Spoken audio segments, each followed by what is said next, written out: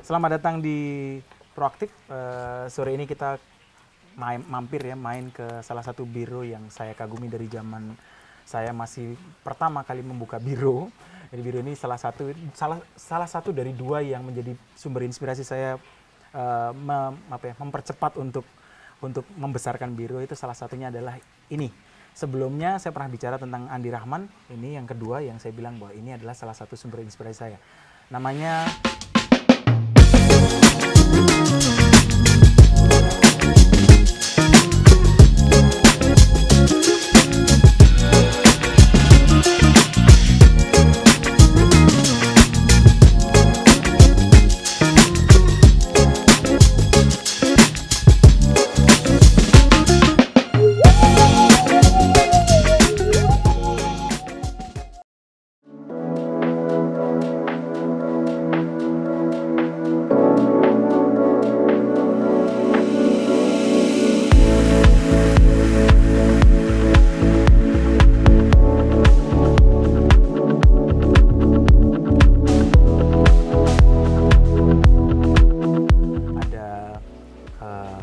teman saya, jadi istilahnya adik saya kalau ngomongin angkatan ya.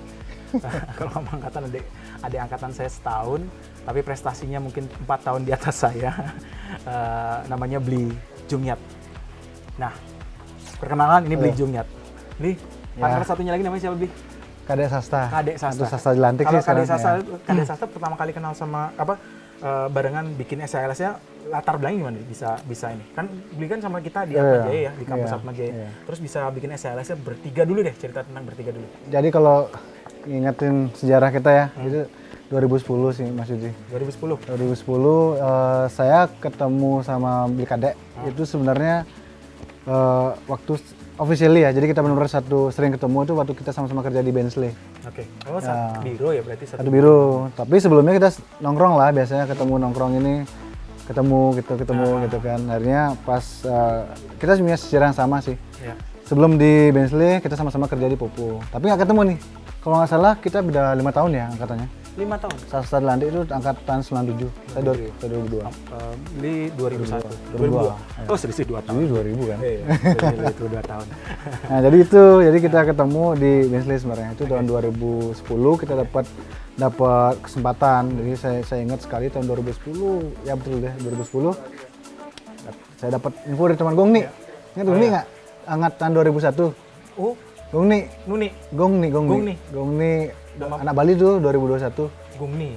2001 angkatan 2001. Tahu kayak kalau tahu muka pasti tahu. Muka pasti. Beda setahun sama Mas Yudi kan. Iya sih. Tapi kalau lebih ketuanya lebih apal, tapi yang muda-muda agak kurang tahu. Tapi saya tahu Mas Yudi. Terkenal Mas Yudi ini terkenal banget. Nah, jadi gitu. Jadi ya selain Mas Anton Syura, Mas Yudi saya tahu banget tuh. Oke. Ya, itu top tuh di sama kampus. Nah, waktu itu saya telepon sama Gong nih. Jong kan di Bensley ya, ngerti landscape kan? Saya dalam hati ngerti, teman saya baru ngerti dikit banget kan. Kan baru pindah itu kan. Kenapa emang Gong? Saya bilang Gong ini bilang saya dapat chance nih. Tapi design and build. Dia kan nerusin usaha keluarganya, nursery. Jadi dia juga ke landscape. Oh gitu. Tapi kontraktor. Jadi dia butuh desainer nih. Design and build. Ya udah coba dah. Ketemu ternyata serius resort di Seminyak. Sekarang Montigo namanya, dulu Semarang. Kan saya nggak pede nih. Cari dong senior. Senior yang paling dekat ya. Dek, ini ada gini-gini. Ternyata Kak Desa udah punya studio. Ya studio bayangan lah. Dia punya sama partnernya Sugi namanya, Sugi Entara. Nah itu akhirnya kita ngobrol. Ketemu, ya udah kita join bertiga. Mulailah berdiri. Berarti 3 nama ya. Tadi ada nama baru Mas Sugi, Bli Sugi ya. Bli Sugi, terus ada Bli Kadek Sasta, terus ada Bli Jumyat. Ada 3 orang ya. 3 founder. Terus berarti yang paling kecil, paling terakhir justru Jumyat ya. Saya. Di grupnya itu masuk. Terus akhirnya membuat SLS ya. Cuman kalau nggak salah dia studio apa gitu namanya. Ya karena kita gabung ya bikin nama baru. Dulu namanya Studio Hijau Lumut. Hijau Lumut. Oh iya, aku pernah tahu. Studio Hijau Lumut. Ya benar-benar. Karena jomblo dan imut. Kita pikir masih jomblo, masih lajang ya. Sebenarnya SHL juga Studio Hijau Lumut. Betul. Cuman ada story-nya juga ada beberapa perubahan nama, rebranding lagi. Nah zaman itu akhirnya kita dapat tuh proyek. kita nanti tulus ya. Proyek pertama? Proyek pertama, nanti tulus. Apa itu proyek pertama? Itu landscape Montigo. Dulu namanya Semara Resort Seminyak. Semara Resort. Sekarang jadi Montigo Seminyak. Nanti kita cari ya Semara Resort. Nggak ada. Sudah rebranding jadi Montigo Seminyak. Montigo Seminyak. Kita dekatnya sebelah jalannya ke Potato Head. Pas sebelahnya. Oh, itu 1 hektar. Oke. Itu 1 hektar. Seru sih, kita nggak yakin, ya udahlah. Kita coba nanti tulus kan. Buat belajar, ketemu klien. Dapat tuh. Berapa hektar? 1 hektar. 1 hektar. Dapat, saya ingat banget itu nilainya berapa, 250 juta tuh kayaknya. Untuk awal ya? Zaman itu kan gitu, untuk awal. cukup nih buat beli komputer gitu. Jadi pertama kali di start 3 orang tanpa ada staff ya? Tanpa. Jadi kita tuh selama beberapa hari itu, berapa minggu kali ya, jadi kita paginya kerja sama orang, malam kita lembur, capek banget. Akhirnya kalau mau meeting kita bolos, ini berani nggak cocok. Gitu. Wah, ini kayak kita membohongi gitu loh. Bensley, iya, jadi kita nggak etis lah, saya bilang. Udah, kayaknya kita harus pilih mana nih. Antara Bensley atau Iya, akhirnya kita mutusin kita pilih karir kita sendiri, tapi bertahap. Setelah berapa tahun, Bli? Dalam bulan itu kok nggak salah. Maksudnya setelah berapa tahun berkarir di Bensley? Saya nyampe 2 tahun. Hanya 2 tahun. Partner saya 6 tahun apa 5 tahun gitu. Ya. Jadi makanya saya perlu senior yang mengerti. Saya zaman itu tanamannya saya nggak ngerti. Ya kan, jadi, tapi saya perlu senior yang bisa mendampingi. 5 project awal, Bli? 5 project awal pertama kali terus langsung dia appraise langsung ke atas apa, Bli? Di tahun itu kita dapat Montigo kan, Semara Resort, kemudian ada apa ya, di Seminyak juga, saya lupa namanya. Seminyak rata-rata? Rata-rata Seminyak. Oke. Ya, ada beberapa private villa gitu. Oke. Ubud, Bli? Ubud setelah lama baru. Saya tahu terakhir aku lihat karyamu tuh Bisma 8 gitu. Bisma 8. Bisma itu salah satu yang menurutku ini wonder lah istilahnya. Itu tahun ketiga tahun apa? Ketiga ya, setelah 3 tahun. Kalau nggak salah ya. Oke. Tahun ketiga apa tahun keempat gitu? Ya, saya agak lupa. Terus gitu. di tahun sekarang berarti udah menginjak berapa tahun? 11 lebih ya. 11 tahun biru ini? Ya, kan 2010, sekarang 2021 ya. 2012 hampir nyaris mau setelah 12 tahun ya? Iya, hampir. Oke, achievementnya apa, Bi? Kalau di 12 tahun ini? Akhirnya berkurang timnya 1 ya? Saya puas sekali, dari masa pandemi ini kita kan, ngerasa sama teman-teman lain kan, kayak terpukul kan, ternyata ada situasi begini nih yang kita nggak bayangin kan. Tapi kita, kita ngelihatnya dengan kacamata berbeda. Jadi kita melihat, ini saatnya belajar gitu kan. Jadi memang tahun lalu tuh kita belajar dan lumayan di IG semua kan belajar mentor-mentor gratis tuh. Kita berubah sekali mindset kita. 2019-2020 tuh bonus belajar. Bonus belajar, banyak bener, sekali ilmu gratis dibagi sama senior kita ya. Bener. Menarik. Dan di luar arsitektur, marketing, branding dan lain-lain. Iya. Jadi kita mengerti. Memang bener sih momentum 2019 kita ngerasa bahwa kita bisa belajar banyak dari Abodai, banyak dari Andre Martin gitu ya. Banyak. Terus ini yang latar belakang ini, ini saya tahu bahwa Bensley itu kan lebih ke landscape ya. Dan saya tahu juga Jumiat dulu nggak di landscape, maksudnya desainmu zaman waktu kuliah aku ikut melihat gitu. Dan karakternya akan bakal jadi arsitek yang arsitek bangunan yang mumpuni nih, karena di zaman kita dulu tuh beberapa orang sudah saya poin-poin ini yang satu ini punya gaya kayak gini, termasuk Beli Jumiat punya. Nah, pertanyaan saya itu gini, kenapa akhirnya tidak kembali ke arsitektur dulu tapi justru malah lama sampai sekarang mungkin ya? Enggak, sekarang saya udah jadi arsitek. Sudah jadi full arsitek? Full arsitek. Jadi landscape-nya itu di fase berapa dulu? Di tahun-tahun jadi awal gini, gitu? Makanya tadi kan apa yang menarik kan di tahun ini, saya menarik bahwa akhirnya saya sangat happy dan sangat merasa beruntung punya tim yang sekarang. Oke. Jadi yang di luar ekspektasi saya juga minggu lalu kayaknya sama Saste cerita, gila ya, nggak nyangka ya kita ternyata bisa punya tim seperti ini. Ya kita nggak banggain yang lain, tapi kita bisa banggain kita punya tim yang mandiri sekarang. Artinya kita bisa membuat mereka tuh berkarya di sini. Mereka bisa propose apapun di sini. Oh ya. Open banget. Bahkan makanya tadi dibilang kapan terakhir di landscape, saya udah nggak jadi landscape principal di sini. Landscape lagi malah. Teman-teman, jadi kami sekarang ada 5 key person. Saya sama Kak Desasta jadi principal arsitek. Jadi kita semua proyek arsitektur kita yang pegang nih.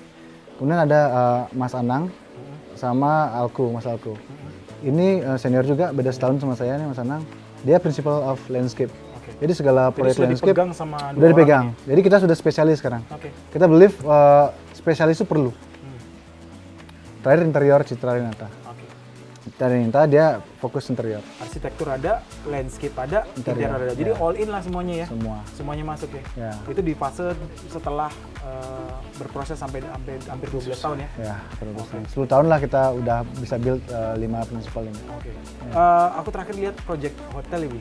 Ada salah satu hotel yang pernah di-post di SLS itu project hotel terakhir apa, Bli? Andas, landscape Andas ya. Andas ya? Ya. Yang di luar Bali kalau nggak salah ada satu ya, Bli? Kalau arsitektur kita punya proyek di Natuna. Natuna ya? Natuna. Salah satu On Natuna progress ya. Itu apa, Bli? Resort. Adiwarna bukan ya, Bli? Adiwarna. Adiwarna ya? Adiwarna kalau nggak salah salah satu operator besar bukan sih, Bli? Salah satu lokal operator yang besar. Iya, kalau nggak salah kalau ke Bali sih Adiwarna Banyak ya? Banyak. Jadi, oh ya terima kasih. Banyak. Terima kasih atas kopi Balinya. Jadi coba nih kopi Kintamani. Kopi Kintamani. Ini brandnya sahabat kami yang punya, saudara juga, namanya Arsitek Kopi Bali. Kopi Kintamani, Mas. Kopi Bali arsitek nih. Karena yang punya yang pegang brandnya arsitek, cuma sekarang udah nggak mendesain lagi, malah fokus di kopi. Oh. Oke, Bli. Sekarang kita ngomongin tentang ini deh, ngomongin tentang sekarang juga Bli Junggiat kemarin sama saya barengan kita juga sama-sama ngajar di desain arsitektur di Atma Jaya dan aku ngerasa sebenarnya sih bangganya karena ada Bli Junggiat, jadi saya bisa disetarakan sama Bli Junggiat. Berlebihan kayak Mas Judi. Saya yang bangga loh sebenarnya. Saya ngerasa kayak wah ini ada ini kita bisa berkompetisi secara pelan-pelan gitu. Berkompetisi siapa yang mahasiswa yang bisa jadi bagus gitu.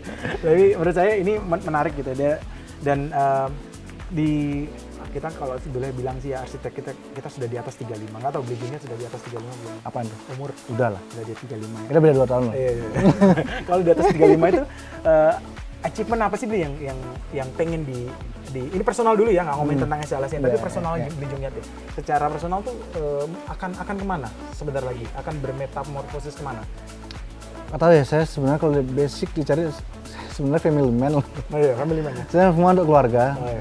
Saya visi semua ya untuk keluarga. Oh gitu. Makanya akhirnya entrepreneur salah satu jalan untuk supaya nantinya kenapa kita investasi di tim semua orang-orang yang kita bentuk bukan staff lagi tapi partner supaya bisa take care project kita as a principal. Oke. Dan hopefully dalam beberapa tahun ini kita bisa dapat 2 prinsipal arsitek. Jadi saya malah justru nambah prinsipal arsitek lagi. Rencana dream ya. Jadi untuk itu apa? Setelah itu terjadi, saya punya quality time buat my family gitu. Oke. Berarti goalnya setelah family man sebenarnya. Ini menarik ya. Ini menariknya gini. Di antara semua prinsipal itu ini sudah sifatnya lebih SLS-nya 2 orang nih Bli Kadek sama Bli Junggiat sudah berpikir tidak sebagai prinsipal tapi sebagai owner-nya ya. Jadi malah justru mencari prinsipal baru untuk bisa menggerakkan mesinnya. Artinya waktu kualitas untuk keluarganya mau diperbanyak gitu ya. Tapi tanpa mengurangi kualitas. Jadi memang menarik sekali. Saya baru dengar nih kalau ada biru nambah prinsipal ya baru sekali ini. Ini menarik. Nah, sekarang kita kedua ngomongin tentang SLS sendiri. Ini kan terakhir bikin buku nih, Bli. Ya. Ini buku rilisan tahun ini ya. Tahun lalu ya 2020 ya. 2020. Ya. Kalau nggak salah kemarin 2021 sorry. 2021. Karena ini buku foto-foto project yang ada di sini itu dalam 10 tahun kita berkarya. 10 tahun berkarya. Jadi ini timeless ya, harmoni dalam 10 ini kurang lebih plus minus 10 tahun berkarya. Ya. Oke, kasih cerita Bli tentang latar belakang buku ini. Kenapa sih bikin buku, Bli? Oke, gini ceritanya. Ini ya, biar buat lihat ya. Taruh gini aja. Saya cerita ya. Jadi ini apa ya, kalau kita dilihat ya SLS itu sendiri kan sambil ngopi ya Bli? Ya silakan monggo. Kalau dilihat SLS itu kan lebih cenderung apa ya, dalam berproses itu kita tidak bisa berhenti dari culture ya. Nggak tahu kenapa pendekatannya apa, karena kita di Bali jadi dari kecil sudah melihat budaya dan seperti itu, jadi kita suka banget. Secara langsung kita mendesain tuh kok arahnya ke situ gitu loh. Pasti ke situ, semodern-modernnya kita desain, mesti aja ada unsur batunya lah, apalah gitu, kiraan atau apa. Secara tidak langsung kita tidak sadar juga ya? Secara nggak sadar ke situ. Makanya saya flashback lagi, kita sharing sedikit visi, kita punya visi yang clear sekarang. Nah 2021, 2020 kali ya, itu kita sudah mencanangkan ini visi kita. itu juga kita pelajari dari pandemi. Jadi saya share sedikit kenapa sebenarnya teman-teman kita harus punya visi yang jelas ya. Jadi supaya kita niche kita mengkerucut. Kita benar-benar care about culture, arts and nature. Kita punya CAN, culture, art, nature. Terus kita belakangan ini selalu dibilang kalau misalnya Mas Judi sebagai arsitek kemudian diminta buat dong satu karya yang konsepnya Bali deh. Rata-rata ngomongnya pasti Trihita Karana. Hubungan antara manusia dengan yang di atas, manusia dengan manusia dengan alam. Menurut kami itu udah bukan konsep lagi, itu udah nafas. Harus kalau tanpa itu udah jangan ngomong Bali deh, jangan ngomong apa ya budaya lah, ngomong itu udah harus. Jadi semua karya kita tuh harus perhatikan yang di atas, relasi kita sama alam itu harus. Jadi apa dong yang mau kita share sebagai value, sebagai konsep? Nggak bisa dong kayak kita ngomong konsepmu apa? Modern minimalis, it's not value. Konsepmu apa? Apa yang spesifik yang menjadikan projectmu different sama yang lain? Itu baru konsep kalau menurut saya. Kemudian akhirnya kita reflect. Terus kita selama berkarya apa value kita gitu? Apa ya value kita? Ternyata kita pelajari ngobrol santai gini. Kayaknya apa yang kita lakukan relate dengan yang namanya Desa Kalapatra. Apa itu? Nah, Desa Kalapatra itu sebenarnya kayak filosofi ini ya sudah lama banget. Jadi orang Bali menggunakan filosofi ini untuk hidup sebenarnya. Oke, cari insight-nya ya. Apa tadi? Desa Kalapatra. Desa Kalapatra. Kita akan cari simbolisme atau gambar-gambar yang relate ke situ ya. Itu dari 3 kata. Desa itu tempat, bukan desa ya, lebih ke tempat ya. Kala itu waktu. Patra itu situasi. Jadi segala sesuatu itu relate sama 3 ini. Kontekstual. Konteks. Ini yang membuat orang Bali itu lebih lebih bisa harmonis, timeless harmoni kan, lebih bisa mengapresiasi. Oke, contoh orang di Gianyar Denpasar contoh ya, praying atau mau Banten gitu, itu beda. Satu tempat mau Banten tuh harus setiap hari, satu tempat enggak kok pada hari-hari tertentu yang ada hari-hari khusus lo baru. Tapi ini nggak ada terjadi perdebatan. Aku salah, kamu salah, nggak ada. Loh, emang di tempatmu begitu. Jadi desa tempat. Waktunya begitu, situasinya begitu. Ya itu nggak bisa di-compare. Itu punya lokal jenis sendiri-sendiri. Nah, relate sama proyek kita. Kenapa proyek kita nggak ada yang sama? Tapi soul-nya kalau kita lihat, oke, kerasa kok gitu. Kita nggak pernah membuat satu proyek reflect ke kita. Oh ini proyek harus Alessia banget. Nggak pernah sama sekali, nggak pernah. Kontekstual sekali ya beliau. Kliennya beda.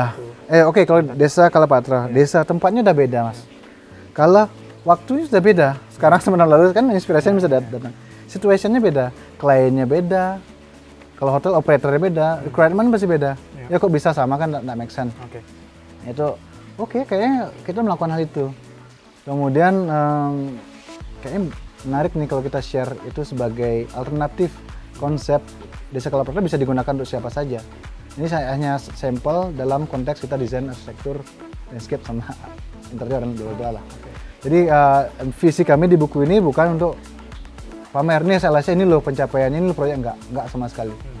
Tapi kita kan perlu konten yang hak ciptanya kita gitu loh. Jadi tidak ribet lah dengan itu. Ya udah karya-karya kita pakai semua. Sebelumnya kan web base ya. Aku pernah dikasih lihat link dari kayak semacam kita punya blog, punya newsletter gitu ya. Ini salah satu istilahnya upgrade-nya setelah semua tadi saya lihat juga berkelas semua ya beliau pendekatan desainnya, visual yang dihasilkan, lalu tata atur, tata kata, lalu apa yang mau disampaikan dari setiap desainnya itu. Apakah ini juga ada di sini? Yang ada di blog gitu ya? Beda dari konteks aslinya. Beda. Ini pure mungkin beberapa proyek ada sama, cuman ini nggak itu visinya. Kalau itu memang tentang Alessia. Kalau ini tentang culture. Sebenarnya genre buku ini buku culture, bukan buku portofolio arsitektur. Oke, berarti dari 10 tahun apa yang kerasa dari buku ini, Bli? Dari 10 tahun kan berarti kan cerita tentang 10 tahun proses ya.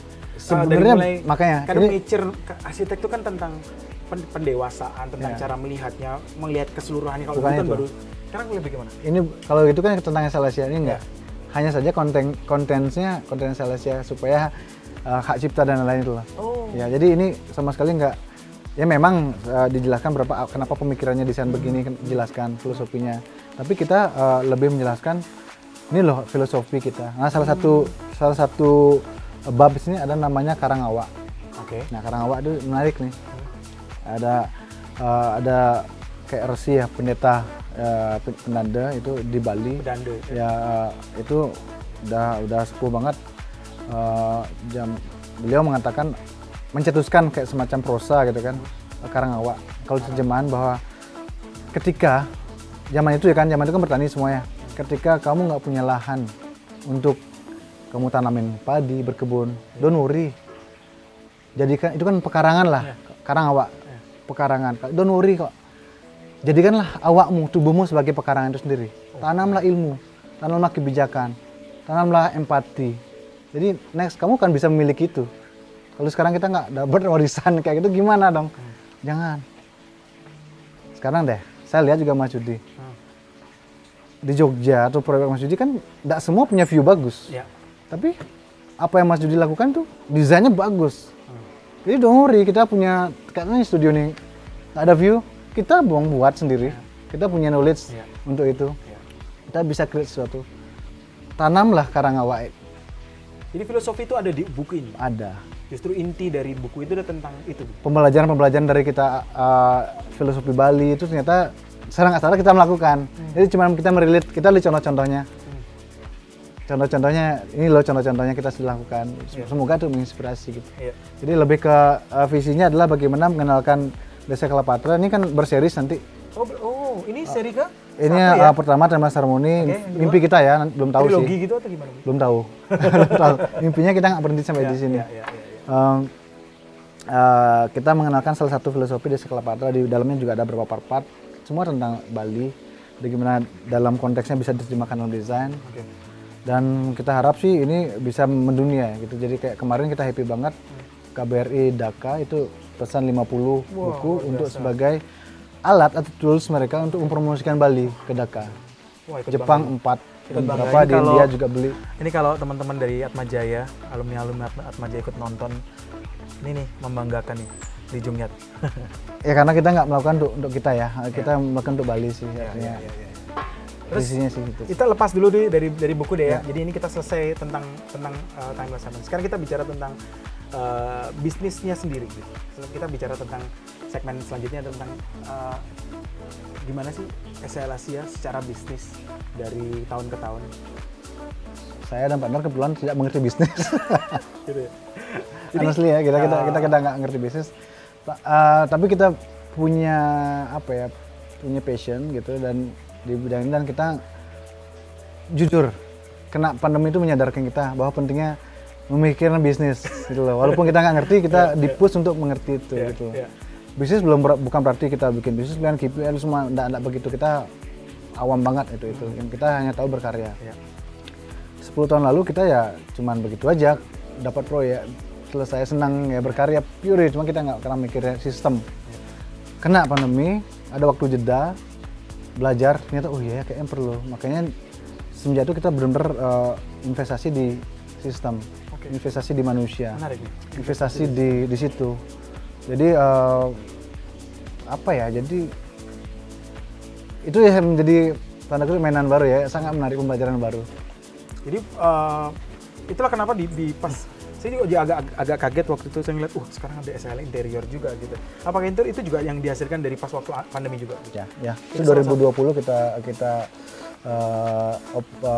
publish ya, kita punya tim in-house interior designer. Namanya SL Asia Interior. SHL Asia Interior. Itu sebenarnya nama IG gitu.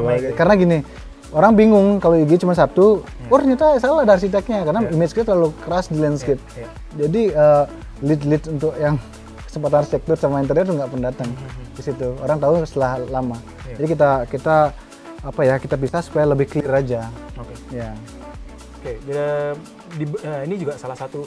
Ini saya juga sama tim saya lagi jalan-jalan bareng juga, kita benar-benar pengen merasakan. Jadi kita itu jalan dari kampung ke kampung, kita jalan dari satu pulau ke pulau gitu ya. Terus kita masuk ke gang gitu ya. Saya ngerasa saya tahun 2018 ke sini. 2019 saya ke sini awal tahun 2019 ya. 2018 atau 2019 ya kita ya. Sebelum pandemi. Awal 2019 sebelum pandemi. Kita mampir sini. Itu bulan-bulan awal, Januari kalau kita kesini. lalu kita kembali di lokasi yang sama, Berubah banget. mencari warung yang sama, melewati jalan yang sama, melewati dekat hotel yang sama gitu. Saya ngerasa kok ini ya, apa Bali sedemikian ini ya, sedemikian agak sedikit sedih gitu saya ngeliatnya apa. Dan apalagi saya kemarin juga jalan ke Nusa Lembongan. Saya juga rasakan bahwa wah, ini tempat seharum gini, sebagus ini, sebening ini gitu. Tapi kok lesu gitu ya. Nah ini ya, kita ngomongin tentang ini aja dulu, tentang kelesuan yang terjadi di Kuta di Bali. Apakah berdampak sampai sekarang buat SLS ya?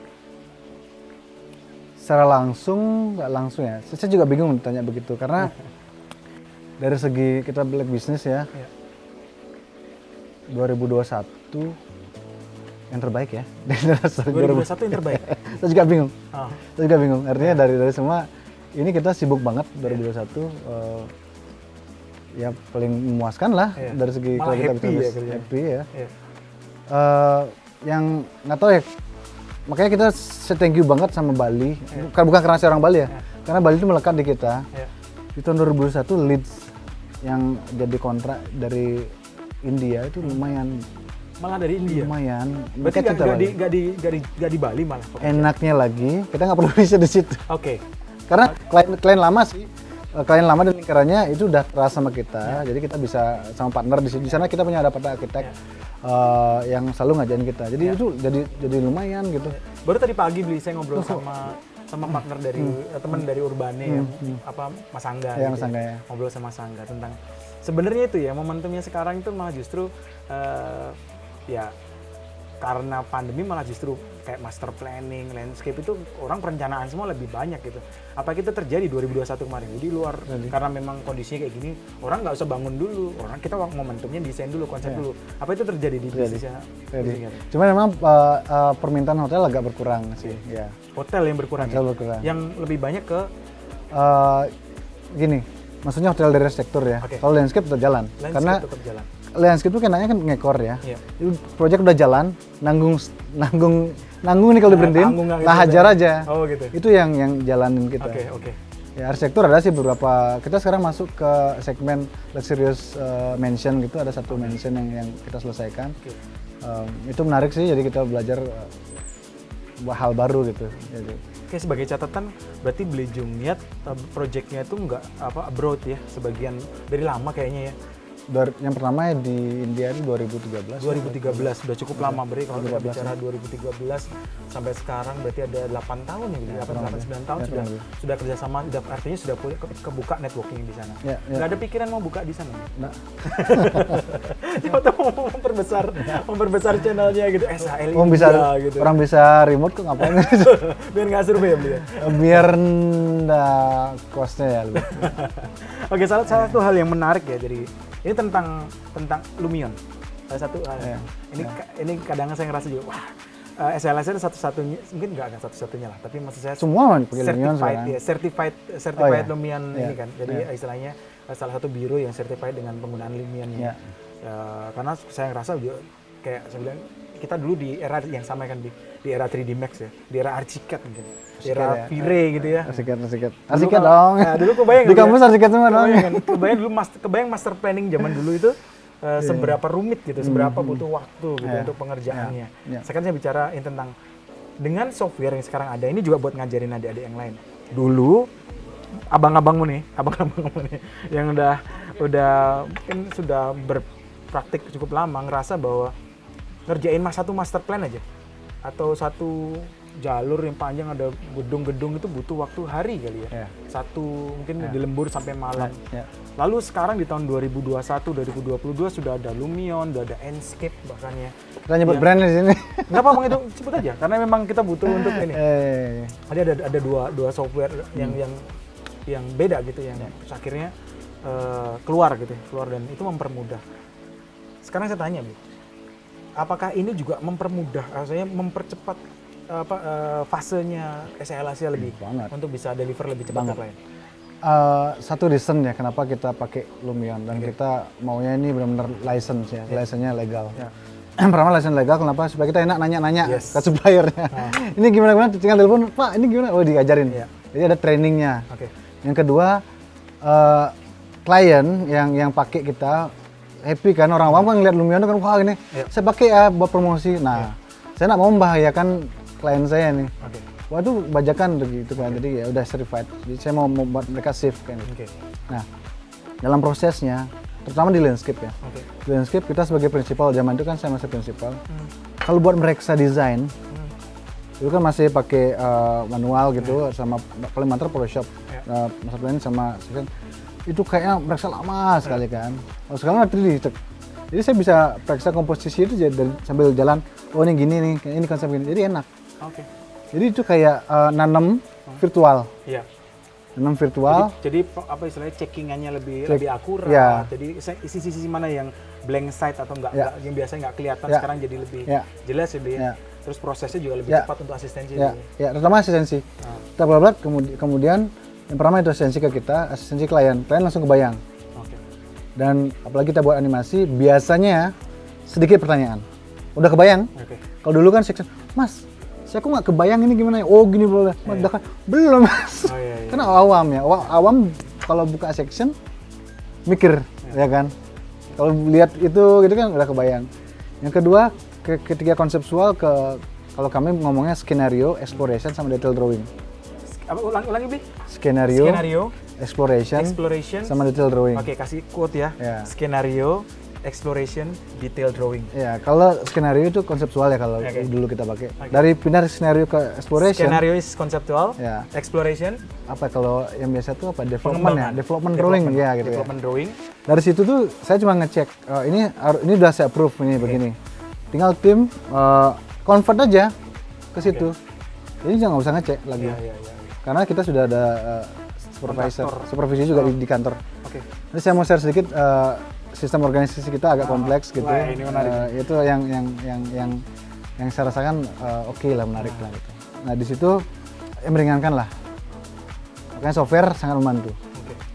Invest di software itu hal yang baik. Bli. Sekarang intervensi dulu tentang intervensinya beli Jungniat sama beli Kadek gitu ya. Ini kalau dalam sisi desain kan kadang-kadang arsitek prinsipal itu selalu meletakkan DNA ya.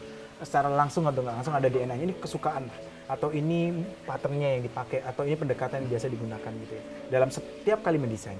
Apakah itu ada sebagai platformnya kayak tadi ya kan, itu kan apa namanya yang kalau di Islam tuh hablum minallah, hablum minallah sudah ada, itu udah basic gitu. Itu tambah lagi plus idealisme yang keluarin dari SDSL Asia. Konteksnya juga harus ini. Nah, seberapa besar intervensi Beli Jungniat di fase sekarang ya, untuk desain entah itu arsitektur, entah itu master plan hingga interior? Kita kali interior dulu ya. Interior saya cuma ngeliat apakah ini sudah sesuai dengan kriteria kita. Setelah desain sih saya nggak ikut. Saya udah trust sama prinsipal. Landscape juga. Arsitektur kalau saya prinsipalnya masih agak intens ya. Nah kemudian desain metode kita ya, kita punya desain metode. Kita ke basic lah. Kita ini apa sih sebenarnya fungsinya gitu kan? Kan kita bukan seniman yang segala, atau mungkin setiap arsitek beda-beda ya. Jadi kita nggak berkaca ke diri kita. Saya Kalapatra kan. Jadi setiap proyek punya owner, ada operator. Itu dia punya own dream. Jadi hal yang pertama kita lakukan adalah empati. Empathize terhadap their own dream. Ada owner, ada operator, gimana dreamnya untuk proyek ini, kita cuma denger, oh gitu. Baru kita hajar dengan skenario tadi. Oh gini mimpimu, ini saya kasih skenario ini. Oke gitu. Oh kayaknya kurang ini, kita bahas lagi revisi skenario. Jadi kita dalam proses desain kita coba mengerti kita kebutuhan mereka apa. Dan kita jawab dengan expertise kita. Dari situ. Nah itu materi di kuliah saya, makanya teman-teman kayaknya mungkin awam ya. Ngotot di situ aja ketika fase berikutnya MVP udah lewat. Skip. Tapi saya pastikan teman-teman ngerti selesai itu. Di satu Ngerti itu ya. Daripada saya ngajarin banyak, ngerti ya satu hal. At least mereka dapat dari saya itu. Itu karena saya udah jalanin itu dan itu sangat membantu. Kemudian kita ke skenario, ya udah. Berarti skemanya gini ya Beli ya. Desainer atau principal di masing-masing itu akan menyelesaikan dulu apa yang ide dan pendekatan yang dia pakai, lalu Beli Jungniat masuk dengan skenario-nya beliau untuk apa istilahnya di review lalu tambahkan skenario. Gimana kalau what if-nya akan masuk di situ atau fase ini di awal nih oke, kalau sekiranya udah cukup oke, tapi gimana kalau kita masukkan ide ini atau tidak gitu? Atau seperti apa, Bi? Gini, di kami hierarkinya kan prinsipal langsung. Jadi saya setara saya udah nggak membedakan diri sebagai owner, udah nggak ada. Owner ketika kita bicara tentang legal, tentang PT, tentang apa-apa. Kalau sebagai dalam konteks kita desain, saya, Mas Anang, Kadek sama interior itu sama. Sama. Jadi kita bisa argumen. Bisa jadi saya salah, nggak harus saya. Kalau you benar gitu. Kemudian kita sudah dipercayakan pada masing-masing gitu kan. Kemudian dari project ada prinsipal, terus di bawahnya kita bagi dua nih. Tim besar bagi dua.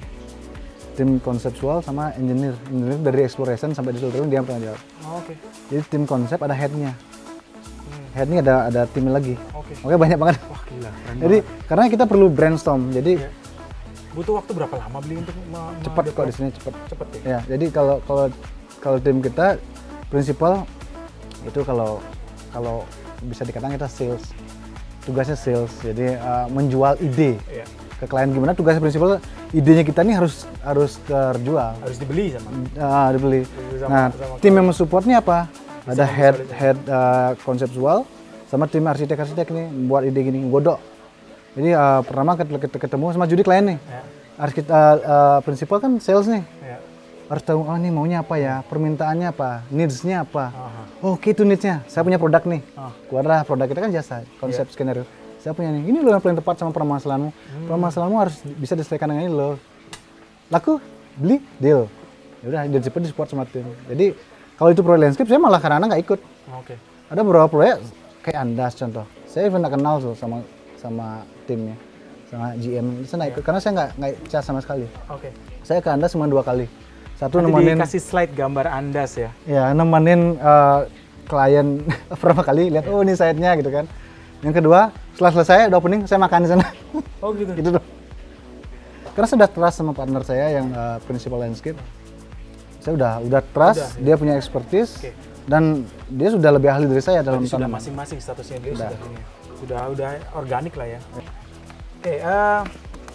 Oke, kita tiba-tiba ada gini. Kita akan masuk di sesi yang terakhir ya. Jadi ini juga biasa yang ditanyakan sama adik-adik mahasiswa ya. Jadi ini sebenarnya kelas ini sebenarnya saya juga ingin ngasih sedikit edukasi tentang bagaimana sih biru itu bekerja, terus bagaimana sih kualifikasi untuk adik-adik bisa bergabung. Ini kan masalah minat ya.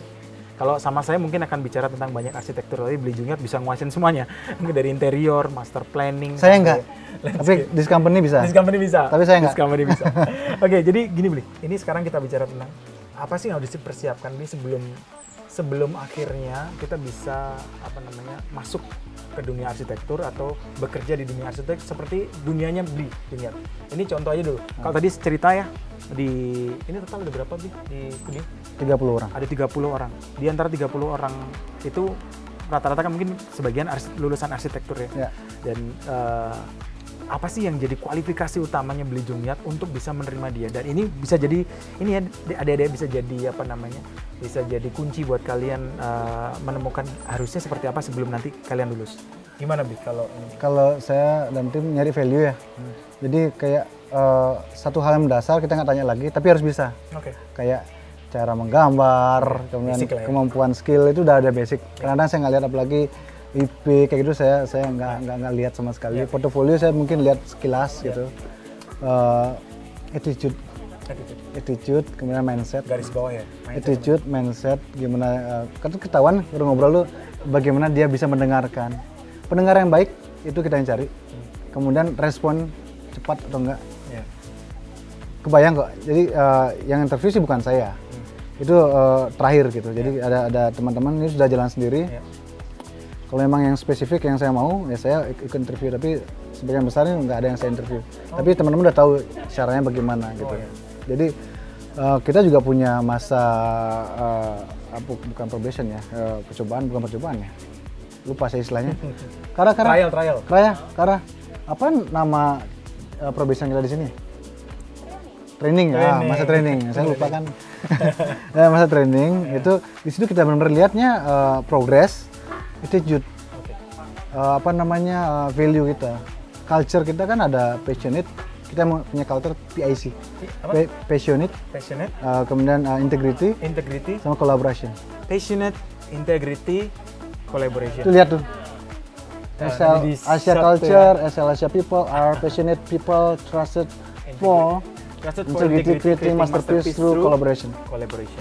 Jadi masih bisa kerjasama, masih bisa kolaborasi. Itu 3 value itu yang kita lihat. Kalau mereka tidak punya empati yang baik, yang akan bisa itu.